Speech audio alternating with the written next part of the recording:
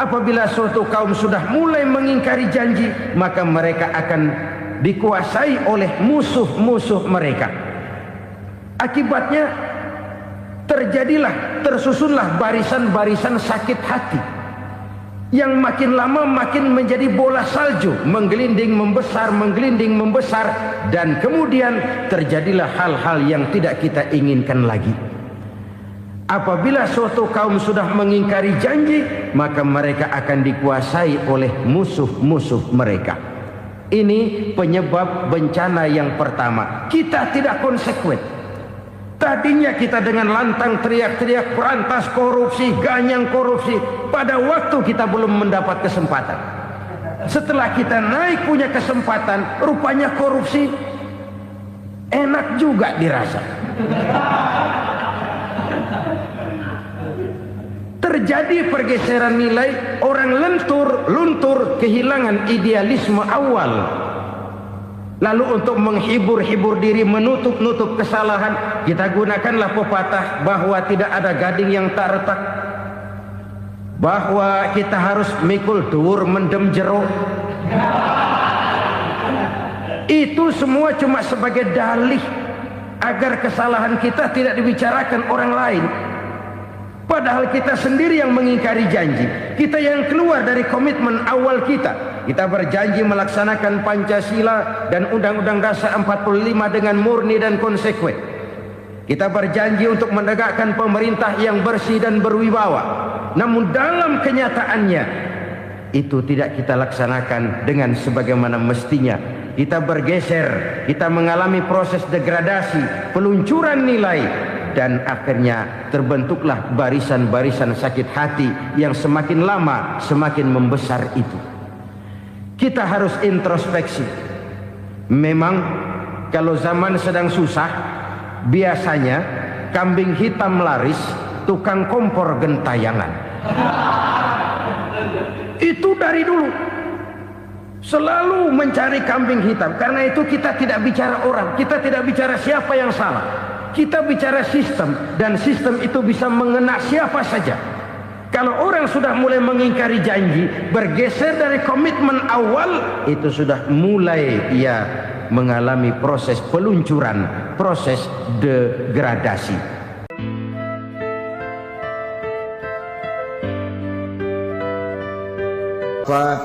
Ibu-ibu, saudara-saudara kaum muslimin rahimakumullah. Kita menyaksikan peristiwa-peristiwa yang memilukan dan memalukan. PHK terjadi di mana-mana. Pengangguran meningkat, harga-harga membumbung tinggi, daya beli rakyat semakin lemah. Sementara di bidang politik, kejadian-kejadian memberikan indikasi bahwa persatuan dan kesatuan kita sebagai bangsa dewasa ini tengah berada dalam ujian yang berat. Pada jumpa kita kali ini, tanpa bermaksud untuk mencari kambing hitam dari bencana yang kita hadapi, saya ingin menyampaikan sebuah hadis yang diriwayatkan oleh Imam At-Tabarani dari Ibnu Abbas bahwa Rasulullah sallallahu alaihi wasallam bersabda, khamsun bi khamsin. Ada 5 perkara yang dapat menimbulkan 5 macam bencana. Mari kita renungi hadis ini satu demi satu sebagai bahan introspeksi buat kita semua dalam menghadapi bencana yang tengah berlaku sekarang ini. Yang pertama, ma naqasa qaumul ahda illa sullita alaihim aduwwuhum. Apabila suatu kaum sudah mengingkari janjinya, maka mereka pun akan dikuasai oleh musuh-musuh mereka. Sederhana saja nampak kalimat dalam hadis ini. Apabila orang sudah mengingkari janji, mereka akan dikuasai oleh musuh-musuh mereka sendiri. Dan musuh kita yang paling utama saat ini adalah kemiskinan dan kebodohan. Kenapa itu terjadi? Karena kita mengingkari janji kita sendiri. Di saat awal-awal berdirinya Orde Baru, kita pernah berjanji untuk melaksanakan Pancasila dan Undang-Undang Dasar 45 secara murni dan konsekuen. Kita berjanji bahwa kita akan menegakkan pemerintah yang bersih dan berwibawa. Itu semua pada permulaannya. Waktu demi waktu berjalan, kita lupa dengan janji yang kita ucapkan itu. Ketuhanan yang Maha Esa kita ucapkan, tapi kesetanan yang luar biasa yang kita lakukan. Kemanusiaan yang adil dan beradab yang kita dengungkan, tetapi kemanusiaan zalim dan biadab yang kita praktekkan. Sederhana saja saudara, hampir setiap pejabat pada posisi-posisi kunci, di awal-awal ia memangku jabatan itu, biasanya ia mengucapkan sumpah dengan lafaz demi Allah, bahwa dalam melaksanakan jabatan ini saya tidak akan menerima hadiah atau pemberian dalam bentuk apapun. Itu pada permulaannya. Lama-lama rupanya hadiah itu asik juga, mulai diterima. Lama-lama dirasa kurang, mulai menagih. Dan akhirnya terjadilah praktek yang disebut suap menyuap, semir menyemir, dan lain sebagainya. Kalau ini sudah menjadi kenyataan, bagaimana kita mau menegakkan pemerintah yang bersih dan berwibawa? Undang-Undang Dasar 45 menyatakan bahwa bumi, air, dan seluruh kekayaan negara dikelola oleh negara bagi sebesar-besar kemakmuran rakyat. Yang terjadi adalah bahwa kita merasa mewakili rakyat untuk menikmati harta dan kekayaan negara, sehingga rakyat banyak tidak bisa ikut menikmatinya. Menumpuklah harta itu sehingga terjadilah pepatah, gunung ditimbun, sumur digali. Yang kaya semakin kaya, yang miskin semakin terpuruk. Kita ingkar dengan janji yang kita ucapkan di awal-awal kita bergerak. Kita ingkar dengan janji pada saat kita mengatakannya dengan menyebut nama Allah, dengan mempertaruhkan nama Tuhan. Sehingga pada akhirnya jabatan pun mengalami tender. Sudah menjadi rahasia umum. Orang mau jadi lurah mesti mengeluarkan uang.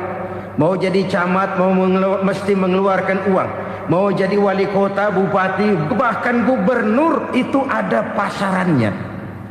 Secara logika, kalau orang memperoleh satu jabatan karena banyak mengeluarkan uang, tentu pada saat ia mengeluarkan uang, ia sudah punya pemikiran, modal pasti pulang, modal pasti kembali. Kalau orang memperoleh suatu jabatan karena banyak mengeluarkan uang, maka langkah pertama yang dia lakukan setelah memangku jabatan itu ialah bagaimana uang bisa kembali, bagaimana modal bisa pulang. Kalau modal sudah pulang, pikiran berikutnya bagaimana supaya dapat untung. Lalu kapan mau bekerja untuk kepentingan rakyat? Itu nomor 18. Kemudian kalau ada proyek-proyek besar, pertanyaannya ialah bukan apakah proyek ini bermanfaat bagi rakyat, apakah proyek ini layak untuk diteruskan, tetapi yang jadi pertanyaan paling utama ialah bagian saya berapa duit dari proyek ini. Kita bisa lihat proyek mega proyek lahan 1 juta hektar di Kalimantan Tengah, triliunan rupiah, dan proyek itu gagal. SD Impres bulan ini diresmikan, bulan depan retak. Jembatan-jembatan bulan ini gunting pita, bulan depan runtuh. Kita ingkar dengan janji. Kita berkata kita bekerja untuk kepentingan rakyat, tapi kita tidak pernah mengenal rakyat itu. Apabila suatu kaum sudah mulai mengingkari janji, maka mereka akan dikuasai oleh musuh-musuh mereka. Akibatnya tersusunlah barisan-barisan sakit hati yang makin lama makin menjadi bola salju, menggelinding membesar, dan kemudian terjadilah hal-hal yang tidak kita inginkan lagi. Apabila suatu kaum sudah mengingkari janji, maka mereka akan dikuasai oleh musuh-musuh mereka. Ini penyebab bencana yang pertama. Kita tidak konsekuen. Tadinya kita dengan lantang teriak-teriak berantas korupsi, ganyang korupsi. Pada waktu kita belum mendapat kesempatan. Setelah kita naik punya kesempatan, rupanya korupsi enak juga dirasa. Terjadi pergeseran nilai, orang luntur, kehilangan idealisme awal. Lalu untuk menghibur-hibur diri, menutup-nutup kesalahan, kita gunakanlah pepatah bahwa tidak ada gading yang tak retak, bahwa kita harus mikul dhuwur mendem jero. Itu semua cuma sebagai dalih agar kesalahan kita tidak dibicarakan orang lain. Padahal kita sendiri yang mengingkari janji. Kita yang keluar dari komitmen awal kita. Kita berjanji melaksanakan Pancasila dan Undang-Undang Dasar 45 dengan murni dan konsekuen. Kita berjanji untuk menegakkan pemerintah yang bersih dan berwibawa. Namun dalam kenyataannya itu tidak kita laksanakan dengan sebagaimana mestinya. Kita bergeser, kita mengalami proses degradasi, peluncuran nilai, dan akhirnya terbentuklah barisan-barisan sakit hati yang semakin lama semakin membesar itu. Kita harus introspeksi. Memang kalau zaman sedang susah, biasanya kambing hitam laris, tukang kompor gentayangan. Itu dari dulu selalu mencari kambing hitam. Karena itu kita tidak bicara orang, kita tidak bicara siapa yang salah. Kita bicara sistem, dan sistem itu bisa mengena siapa saja. Kalau orang sudah mulai mengingkari janji, bergeser dari komitmen awal, itu sudah mulai ia mengalami proses peluncuran, proses degradasi. Ini penyebab yang pertama. Kita tidak lagi konsekuen bahwa bumi, air, sumber daya alam adalah milik negara, dikuasai oleh negara, digunakan bagi sebesar-besar kemakmuran rakyat. Ternyata rakyat yang makmur itu tidak merupakan gambaran yang menyeluruh dari rakyat kita. Undang-undang dasar kita menganut ekonomi kekeluargaan, tapi yang kita praktekkan adalah ekonomi keluarga. Kalau bukan keluarga nggak dapat proyek. Kalau bukan keluarga nggak dapat macam-macam. Kekeluargaan kita rubah menjadi keluarga. Timbullah penyakit nepotisme. Kita bergeser, kita ingkari janji, dan kita anggap kita atasnamakan rakyat.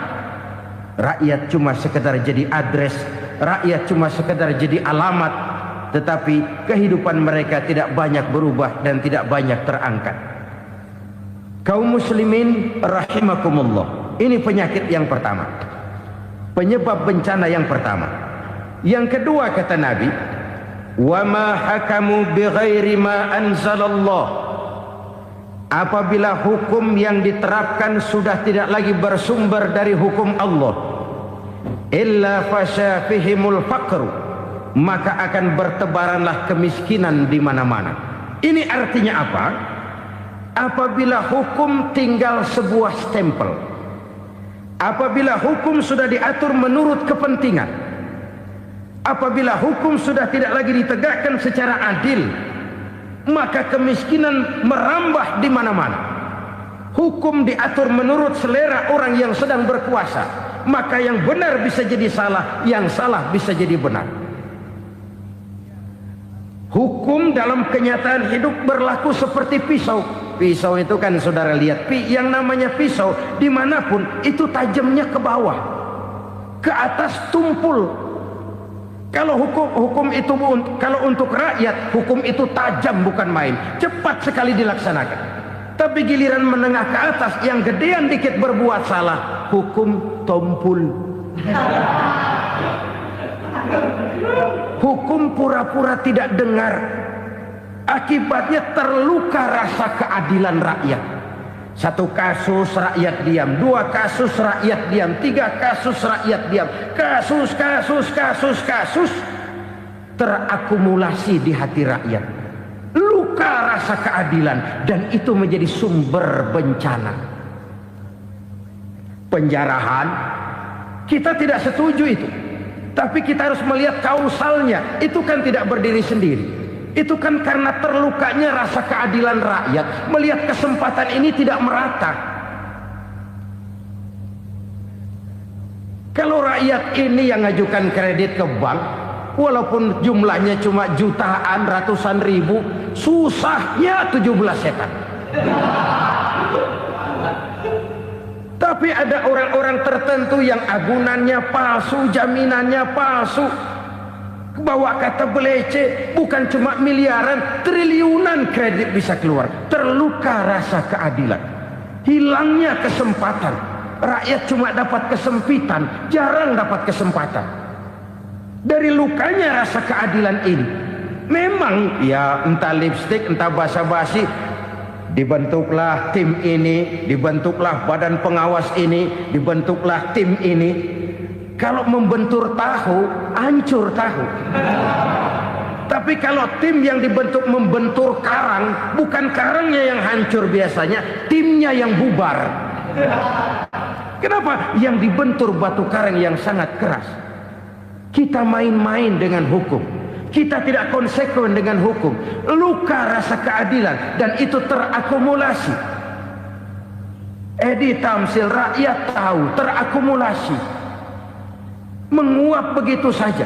Kasus-kasus lain rakyat tahu, menguap begitu saja. Ketidakadilan, ketidakadilan, ketidakadilan terakumulasi, mengendap di hati rakyat, menunggu ledakan. Pada saat sumbu meledak, rakyat tidak bisa dibendung lagi. Oke, kita tidak setuju dengan penjarahan, tapi jangan melihat itu sebagai peristiwa yang berdiri sendiri. Kenapa itu terjadi? Kausalnya kenapa? Oke, kita tidak setuju memang, tapi yang dijarah oleh rakyat kan memang cuma untuk perut. Yang dijarahkan beras, yang dijarahkan televisi, yang dijarahkan kulkas yang masih bisa dihitung, yang memang real untuk kebutuhan rakyat. Penjara-penjara berdasi kepala botak yang menguras uang rakyat habis-habisan, enak saja melenggang dalam kehidupan ini. Makin terluka rasa keadilan rakyat. Apabila hukum yang diterapkan sudah menyimpang dari keadilan yang diajarkan Allah, fasyafihimul fakru, bertebaranlah kemiskinan. Aneh, memalukan, memilukan. Sebuah negara agraris yang katanya pulaunya hijau royo-royo, Gemah Ripalau, Jenawi, Toto, Tentem, Kertora, Harjo, yang tahun 93 pernah mendapat penghargaan dari FAO, Badan Pangan Sedunia, sebagai negara yang berhasil dalam swasembada pangan. Sekarang ini kita terpaksa betul beli beras dari Vietnam, beli beras ke Kamboja, beli kedelai dari Kamboja. Kenapa? Lahan sawah kita habis ditanami pabrik. Teknologi kita, teknologi loncatan yang non-applied, tidak terpakai oleh kita. Lantas lahan yang tidak bisa kita tanami, kita paksakan lahan-lahan gambut menjadi tanah pertanian yang subur dengan biaya triliunan, dan kita gagal. Kita cari jarum dan kapak hilang. Kita mau jadi negara industri dengan loncatan teknologi yang maju, kita lupakan pola pijak kita sebagai negara agraris, dan akhirnya kita kecolongan. Lihatlah dewasa ini, rakyat kita antri sembako di mana-mana. Di sebuah negara agraris, ketidakadilan melahirkan kemiskinan. Kemiskinan moral dan kemiskinan material. Kemiskinan moral, rakyat nggak percaya lagi sama pejabat. Rakyat mengalami krisis figur. Orang, alah lu ngomong dah sama ember.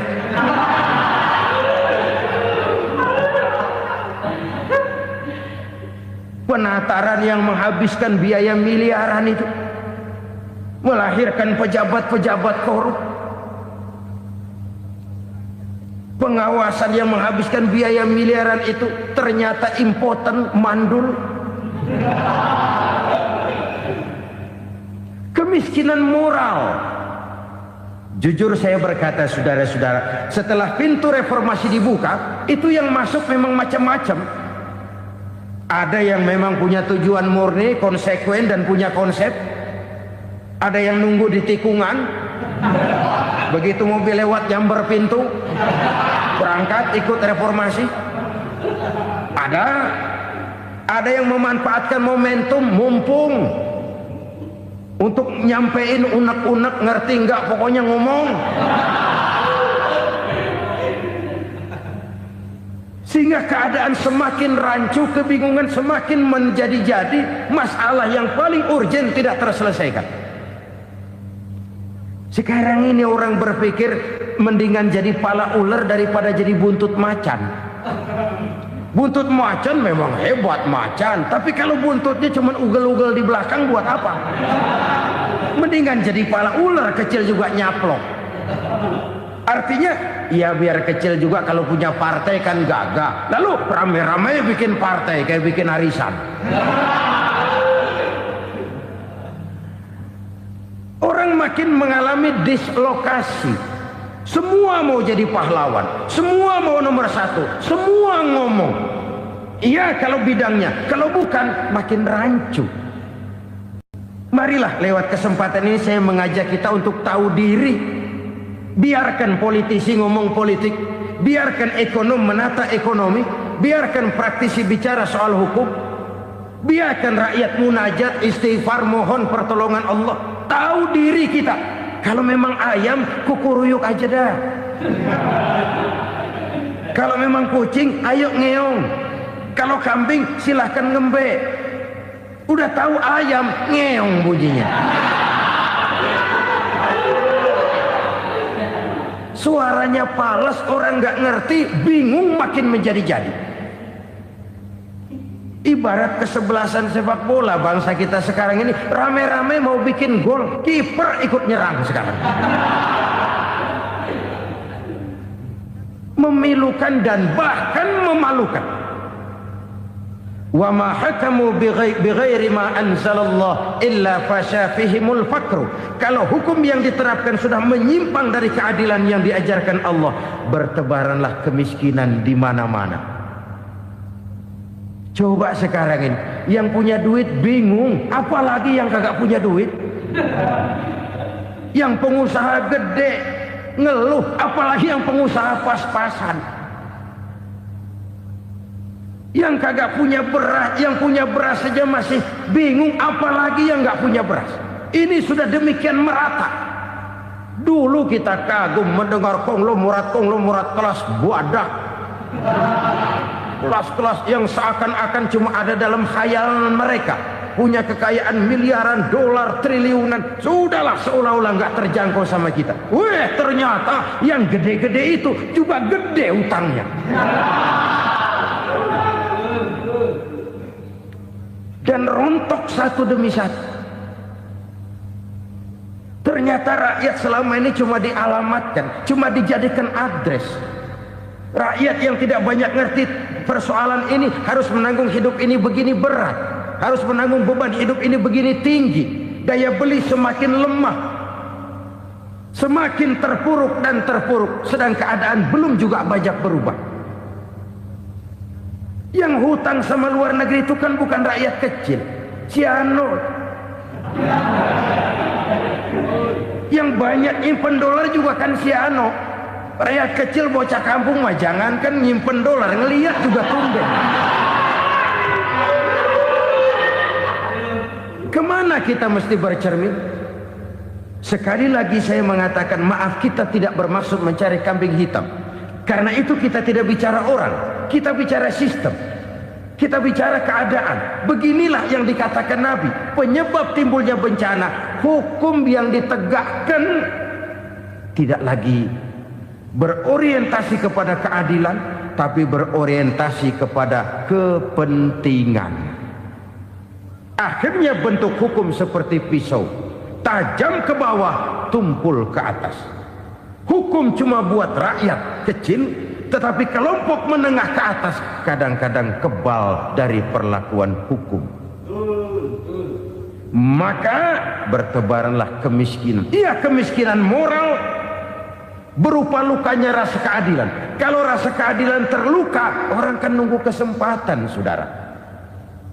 Iya dia nggak bisa ngomong, iya dia nggak sanggup action, iya dia nggak bisa tunjuk rasa, tapi hatinya kan kapan ada kesempatan, kapan ada waktu, tunggu, hatinya mesti begitu. Sehingga begitu ada kesempatan, terjadilah hal-hal yang tidak terhindarkan. Dan itu ekses, bukan reformasi.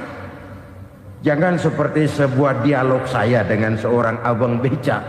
Saya bertanya, bang, iya, abang tahu nggak reformasi? Tahu. Ustaz, apa? Pembakaran. Terus penjarahan. Lalu perkosaan. Itu reformasi. Itu yang saya lihat.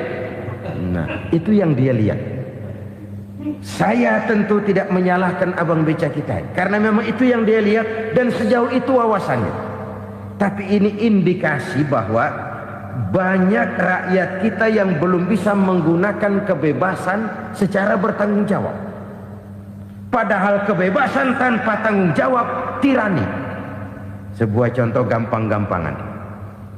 Saya beli radio, saya setel di kamar saya, lalu saya bilang, ini radio gue. Yang beli gue, pakai duit gue setel di kamar gue, sekeras-kerasnya, gak ada urusan sama orang lain. Itu kata saya. Tetapi tetangga saya sebelah rumah kan boleh juga ngomong begitu. Kata tetangga saya, ini mata gue, yang ngantuk gue tidur di kamar gue, kenapa suara radio lu nyampe kemari? Artinya apa ini? Kebebasan saya nyetel radio dibatasi oleh kebebasan tetangga saya yang mau tidur. Tidak ada kebebasan mutlak. Kebebasan mutlak tanpa tanggung jawab kembali akan melahirkan tirani, kembali akan melahirkan pemaksaan kehendak. Dan itu lagi-lagi bukan demokrasi. Saudara-saudara kaum muslimin rahimakumullah. Ini penyakit yang kedua, lukanya rasa keadilan, terutama di kalangan rakyat kecil. Itu mengendap menjadi akumulasi dan menunggu giliran kapan bisa dimuntahkan. Dengan kata lain, rakyatnya udah banyak banget makan yang perutnya jadi enak, nyelam. Kapan nunggu muntahnya? Udah begini banyak akumulasi yang mereka pendam di perut ini, sehingga ketika terjadi kesempatan itu sudah tidak terkendalikan lagi. Kita out of control. Saya tidak mentolerir sikap-sikap kekerasan. Bahkan saya lebih cenderung bahwa kalau di rumah kita banyak tikusnya saja racuni, jangan rumah dibakar. Bahwa ada korupsi, iya. Ada kolusi, memang. Ada nepotisme, tentu. Tetapi tikusnya saja racuni. Jangan rumah dibakar. Masa mau ngusir tikus bakar rumah? Tikusnya lari, tikusnya selamat, rumahnya ewes-ewes.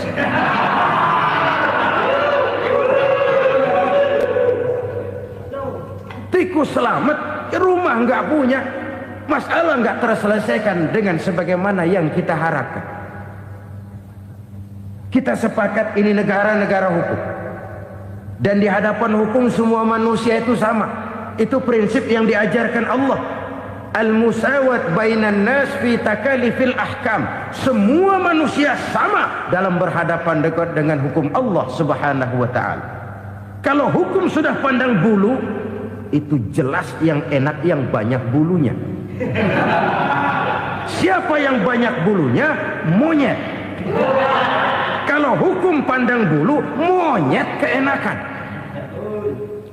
Saudara-saudara kaum muslimin rahimakumullah, introspeksi. Mari kita bercermin bagaimana perjalanan hukum selama ini. Kalau introspeksi ini kita temukan, lalu ada upaya untuk memperbaiki diri. Jangan menggunakan tak ada gading yang tak retak, mikul duwur mendem jero untuk menutup-nutupi kesalahan orang. Padahal kesalahan itu sedemikian besar. Padahal rakyat kita tiap hari antri sembako. Ada yang sehari sekali makan, ada yang makan sudah bercampur tiwul, ada yang nasi sudah dicampur pisang, balik jadi orok lagi. Macam-macam upaya rakyat untuk menangsal perut ini. Lalu rakyat ditenang-tenangkan, lebih baik puasa Senin Kemis sambil menghadapi krisis ekonomi. Kenapa rakyat yang disuruh puasa? Kenapa bukan pejabatnya yang puasa lebih dulu untuk kemakmuran rakyat? Kalau rakyat yang memang perutnya udah gepeng disuruh puasa, makin krempeng perutnya. Artinya pejabat harus punya sense of politik. Ya, tidak, puasa itu kan tidak cuma Senin Kemis saja. Puasa itu puasa perasaan, puasa menghargai perasaan yang sedang kondisi yang sedang dihadapi oleh rakyat. Bagaimana rakyat yang tengah antri sembako melihat pejabatnya lewat dengan mobil yang harganya sampai 1 miliar. Oh, inilah pemimpin saya. Luka lagi rasa keadilannya. Kita tidak tenggang rasa. Puasa dalam artian itu pun akan menolong menegakkan semangat kebersamaan, membentuk semangat kebersamaan. Saudara-saudara kaum muslimin rahimakumullah, penyebab bencana yang ketiga dikatakan oleh baginda Nabi, wala zaharat fihimul fahishatu illa fasha fihimul maut. Apabila kekejian telah merajalela, maka maut bertebaran di mana-mana. Kita renungi butir kalimat dalam hadis ini. Apabila kekejian telah merajalela, maut bertebaran di mana-mana. Begitu murah arti sebuah kehidupan.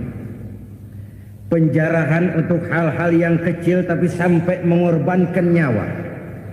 Apabila kekejian sudah terjadi di mana-mana, maut pun bertebaran. Maut dalam arti berpisah ruh dengan jasad, tapi juga maut dalam arti orang bisa mati karirnya, orang bisa mati usahanya, orang bisa mati kesempatannya karena perbuatan-perbuatan keji yang selama ini tidak terbendung. Lahirlah teori mafia. Siapa yang kuat dia yang berkuasa, siapa yang lemah dia menjadi mangsa. Proyek-proyek besar yang menang tender itu ya dari itu ke itu saja. Yang pengusaha-pengusaha tidak punya koneksi, tidak bisa bayar komisi, dapat proyek tetelan. Ada dagingnya, dikit namanya juga tetelan. Dagingnya sudah habis disantap oleh meja. Sekian puluh meja dilalui, sekian puluh amplop dikeluarkan. Sehingga yang akhirnya ya tinggal tetelan itu tadi. Maka kualitas pekerjaan pun sudah bukan lagi jadi masalah. Demikianlah mafia-mafia ini bermunculan di mana-mana. Di pengadilan terkenallah mafia pengadilan. Hukum bisa dibeli, hukum bisa dipesan menurut kebutuhan sponsor. Mafia peradilan, mafia politik, mafia ekonomi, bahkan mafia agama yang menggunakan agama sebagai kedok, menggunakan agama sebagai dalih, menggunakan agama sebagai topeng untuk melancarkan maksud-maksud politiknya pun tidak tertutup kemungkinan. Apabila kekejian telah merajalela, maut bertebaran di mana-mana. Korupsi, kolusi, nepotisme itu bagian dari kekejian. Kita selama ini kalau mendengar maksiat, itu yang terbayang cuma judi, mabuk, zina. Iya, itu maksiat. Tapi korupsi, kolusi, nepotisme itu juga maksiat dalam bentuk lain. Kalau ini sudah bertebaran, maka maut terjadi di mana-mana. Jangan bayangkan cuma mati orangnya, itu sih kewajiban. Yang menyakitkan itu orangnya masih hidup tapi dibikin mati, karirnya mati. Kenapa? Karena yang diperlukan bukan cuma orang pinter tapi orang taat. Biar pinter, kalau nggak taat minggir. Biar bodoh kalau taat bisa nyenangin atasan, bisa nyemur. Kumaha juragan wae ayo nama. Itu yang kadang-kadang dapat penghargaan. Tidak ada prestasi kerja kecuali bikin senang orang di atas. Kita lihat di desa-desa jalan rusak.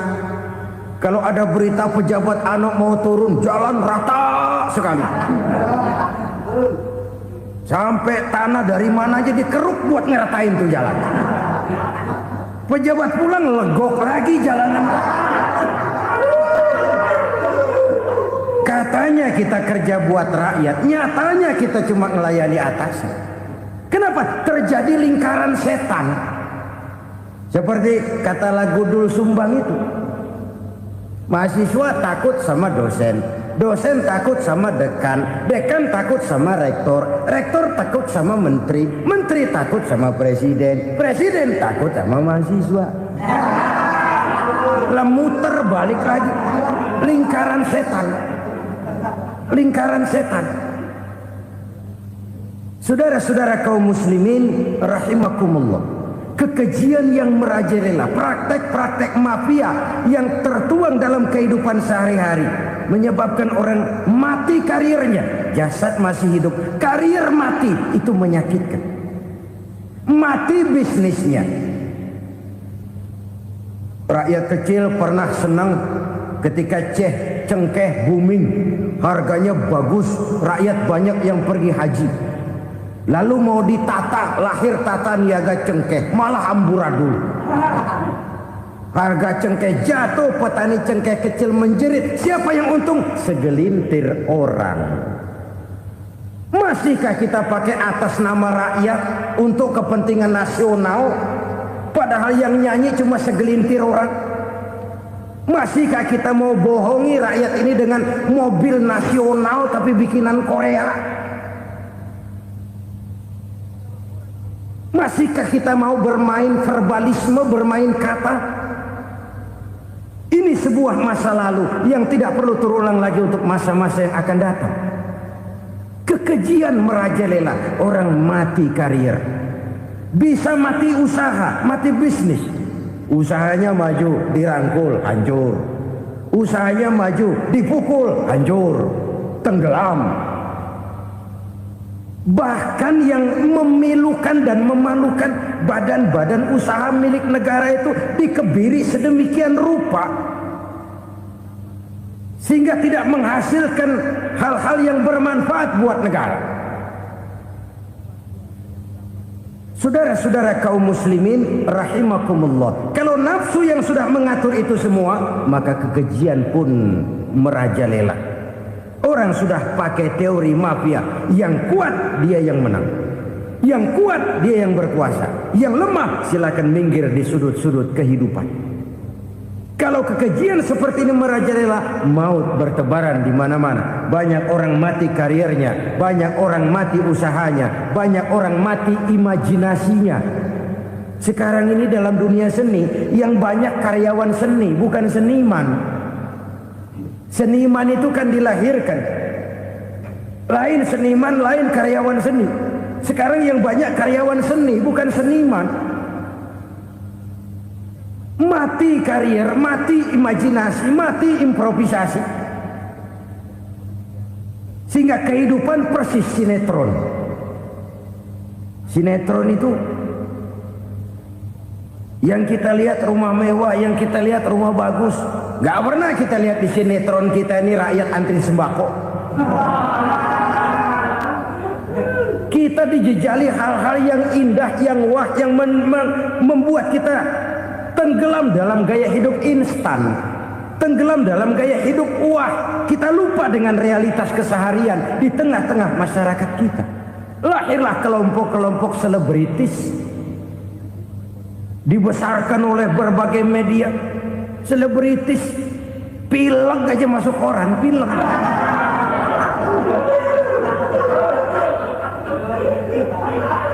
Rakyat yang pingsan antri beras nggak masuk koran.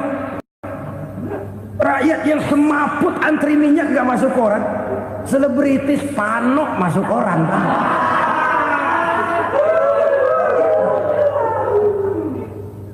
Kita besarkan hal-hal kecil, kita kecilkan hal-hal besar.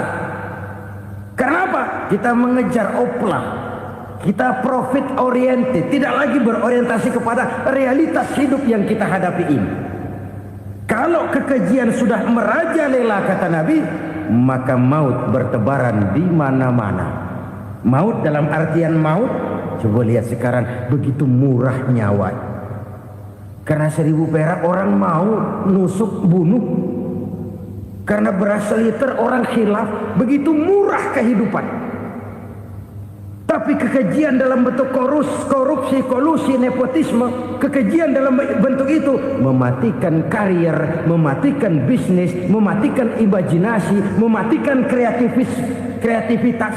Itu juga maut dalam bentuk lain akibat kekejaman lain. Ini penyebab yang ketiga. Yang keempat, penyebab bencana menurut baginda Rasul, wala tuffiful mikyala illa muni'un nabat. Apabila timbangan sudah dicurangi, maka tercegahlah tumbuh-tumbuhan. Apabila timbangan sudah mulai curang, maka terjadilah musim paceklik. Apabila bisnis sudah bergaya mafia tadi itu, kecurangan-kecurangan terjadi, tender di balik pintu, yang dimenangkan cuma kelompok-kelompok yang bisa memberikan presentasi yang besar, muni'un nabat, terjadilah paceklik. Paceklik, panen gagal, wereng ya wereng, kemarau panjang it's okay, air sulit iya, tetapi kan semua itu ada yang ngatur. Kemarau ada yang ngatur, belalang itu ada yang ngatur, air itu juga ada yang ngatur. Yang ngatur itu yang serba maha. Kalau ia murka melihat kecurangan timbangan, Allah itu kalau murka kan gampang saja, tinggal komandoin balang, lang hancurin tuh sawah. Konvoy belalang, konvoy. Allah tinggal ngutik angin El Nino, mampir lo ke Indonesia. Hujan nggak turun-turun, kemarau panjang. Jadi kalau musim kemarau kan namanya anginnya El Nino. Kalau musim hujan anginnya namanya La Nina. Cakep namanya, kejem orangnya. Saudara lihat Cina sekarang sedang kena La Nina, banjir besar, ribuan orang meninggal. Dia mah ribuan mati kagak berasa, rakyatnya miliaran. Bangladesh lagi ngalami La Nina, India lagi ngalami La Nina. Angin, hujan, kemarau, belalang, itu kan ada yang ngendaliin. Kuncinya bukan di belalangnya, kuncinya bukan di peredaran matahari berputar, kuncinya di atas yang mengatur semua itu. Kalau timbangan sudah mulai curang, pengusaha sudah nggak mau jujur, apa nggak bikin perut jadi mual. Begitu rakyat antri sembako pingsan nggak dapat beras, sementara beras ditumpuk-tumpuk sampai membusuk. Kemana hati nuraninya? Kemana akal pikirannya? Kemana mereka yang berbuat atas nama rakyat tapi melihat rakyat susah tidak tergerak hatinya? Apabila timbangan sudah mulai dicurangi, bisnis sudah mulai melenceng, maka terjadilah paceklik. Sebuah negara yang berhasil dalam swasembada pangan, lalu sekarang menjadi negara yang rakyatnya antri untuk memperoleh kebutuhan pangan. Saudara-saudara kaum muslimin rahimakumullah, ini intinya adalah kecurangan. Kalau kecurangan sudah terjadi di mana-mana, dan ini milik siapa saja, bukan soal tempat, bukan soal jabatan, soal manusianya, SDM-nya. Kecurangan tidak cuma terjadi di kantor, di masjid bisa terjadi kecurangan. Korupsi tidak hanya bisa terjadi di kantor, di madrasah bisa ada korupsi. faktor manusianya. Ini soal SDM. Kecurangan yang besar, tentu besar lagi kerugiannya. Kecurangan yang kecil, kecurangan sehari-hari, pedagang-pedagang kecil ngurangi timbangan, barang yang buruk dikatakan baik, yang baik dikatakan buruk, itu merugikan perorangan. Kecurangan yang besar merugikan bangsa dalam bentuk total, dalam bentuk seutuhnya. Nah, kecurangan-kecurangan seperti ini rakyat kan lihat, rakyat kan tahu, dan itu kembali terakumulasi di sini, pegel. Dan jangan lupa, rakyat yang nggak ngomong itu, rakyat yang nggak bersuara itu, batinnya menjerit, jeritannya menggoncang aras, dan itu didengar Allah. Yadullah fauqal jamaah, kata Nabi. Tangan Tuhan di atas orang banyak. Jeritan hati rakyat menggoncang aras. Rakyat yang terlalu banyak dizolim, rakyat yang terlalu banyak dirugikan, ya rakyat yang terlalu banyak di atas namakan, menjerit batinnya, menggoncang aras, dan Allah bisa menggerakkan apa saja untuk membuat satu situasi. Allah bisa menggerakkan apa saja untuk membuat satu situasi. Saudara-saudara kaum muslimin rahimakumullah, ini faktor yang ketiga, timbulnya kecurangan. Faktor yang keempat maksud saya. Yang kelima, penyebab timbulnya bencana menurut baginda Nabi, wala muni'uz zakat wala muni'uz zakat illa hubbisa anhumul qatr. Apabila zakat enggan dibayar, maka tercegahlah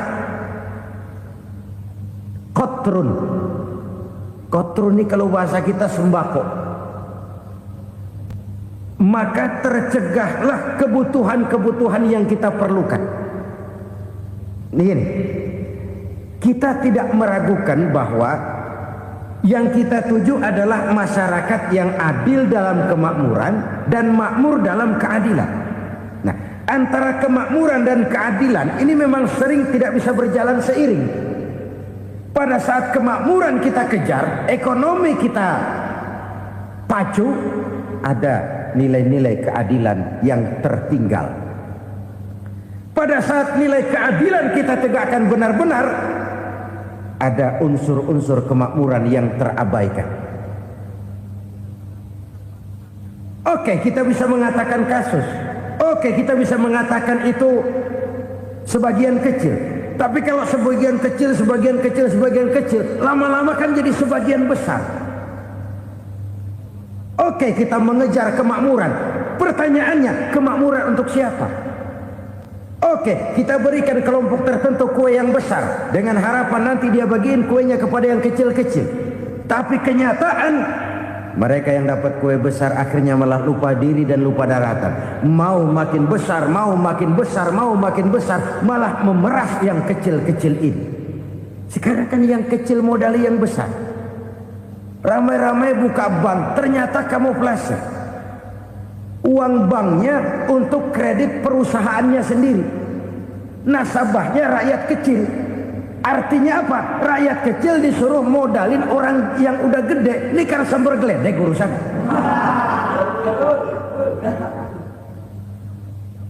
Ini kan permainan apa lagi? Rakyat kecil suruh modali yang gede. Nasabahnya rakyat kecil, kumpulkan uangnya di bank, kucurkan kredit kepada perusahaannya sendiri. Bukankah itu rakyat kecil suruh modali yang gede? Sudah begitu kejamkah kita untuk meraih keuntungan dengan mengorbankan orang kecil ini?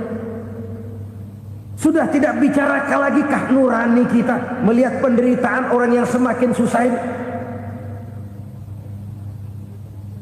Kalau zakat enggan dibayar, padahal zakat 2,5% saja, 2,5% saja. Kalau itu pun enggan, kalau zakat saja enggan, bagaimana pula yang namanya sedekah, bagaimana pula yang namanya infak, bagaimana pula yang namanya santunan, bantuan. Kadang-kadang lipstick nyumbang si nyumbang, cuman nyolongnya lebih gede. Ini namanya sumbangan lipstick. Buat lipstick itu kan buat ngumpetin bibir pucat. Itu fungsi utama lipstik. Buat ngumpetin korupsinya, nyumbang kegiatan-kegiatan sosial, tapi yang dia korup lebih gede dari yang dia sumbangin. Lipstik kamuflase, nepu kata anak sekarang.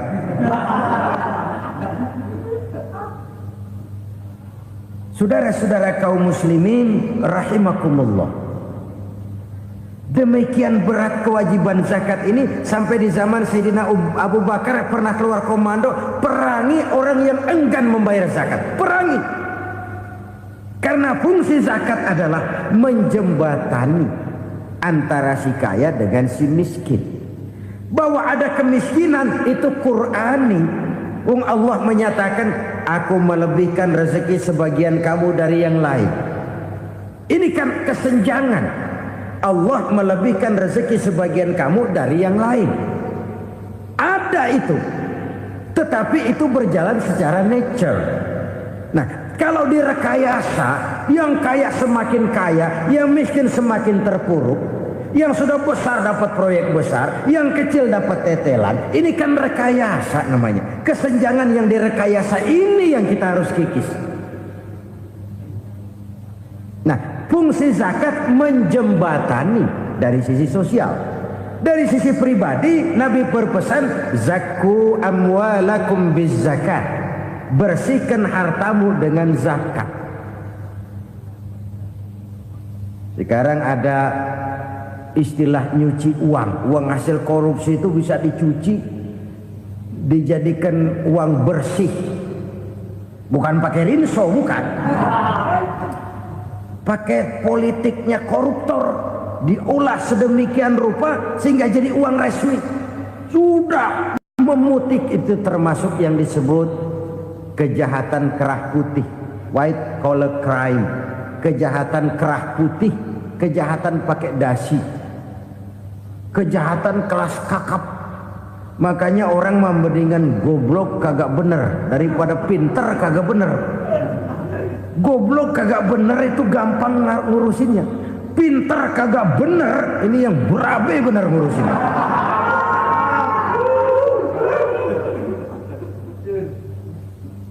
Kita bukan cuma perlu orang pinter kok di zaman sekarang. Kita perlu orang-orang bener yang punya komitmen, yang sesuai kata dan perbuatan, yang bisa merasakan apa yang dirasakan oleh rakyat, yang punya sense of politik yang tinggi, yang peka, yang penuh keterbukaan, yang punya wawasan dan pandangan jauh ke depan. Dari sisi pribadi, zakat itu membersihkan harta kita. Ya, dia tercampur dengan yang subuhat, dia bahkan mungkin tercampur dengan sedikit-sedikit yang haram. Itu zakku amwalakum biz zakat. Bersihkan hartamu dengan zakat itu. Pada sisi sosial ia menjembatani, pada sisi pribadi ia membersihkan harta kita. Karena itu kalau kita minta berdoa minta rezeki, syarat rezeki itu halalan thayyiban wasi'an. Nggak pernah kurang dari 3 itu. Halal, bagus, banyak. Halal, bagus, tapi sedikit, susah ngaturnya. Halal, banyak, tapi kurang bagus. Buat apaan? Bagus, banyak, tapi haram. Enggak ada artinya. Sebab kata Imamul Ghazali, kalau kau terlalu suka memakan makanan yang haram, dikunyah masuk ke dalam perut besar, digiling oleh perut besar, menghasilkan energi, menggerakkan sel-sel pembuluh saraf, kau juga akan cenderung berpikir yang haram. Kalau sudah cenderung berpikir yang haram, perbuatan pun akan mengarah kepada perbuatan-perbuatan yang haram. Dulu waktu kelompok Jimbaran 200 konglomerat Indonesia kumpul dihimbau supaya sekian persen kasih pengusaha-pengusaha lemah. Itu kan cuma sekedar belas kasihan, tidak banyak menolong keadaan. Dan bukan itu yang diperlukan pengusaha-pengusaha kecil. Yang diperlukan adalah berikan kami kesempatan seperti mereka dapat kesempatan. Berikan kami peluang seperti mereka juga dikasih peluang. Kalau cuma dikasih 100 juta, 200 juta hari ini, usaha kami nggak ada prospeknya, peluang kagak ada, kan sama juga bohong. Diceburin ke kali, disuruh berenang, tangan diikat, mendingan mampusin ketahuan. Ayo berenang, berlomba, tangan diikat, kaki diikat, sama saja nyuruh mati. Jadi jangan kasih ikannya, kasih kailnya. Yang diperlukan pengusaha kecil menengah ke bawah itu bukan cuma sekedar belas kasih dari konglomerat besar. Berikan kami peluang seperti mereka juga dapat peluang. Berikan kami kesempatan seperti mereka dapat kesempatan. Berikan kami kredit dengan kemudahan seperti mereka juga kalau minta kredit begitu mudahnya. Menciptakan peluang dan kesempatan, pemerataan.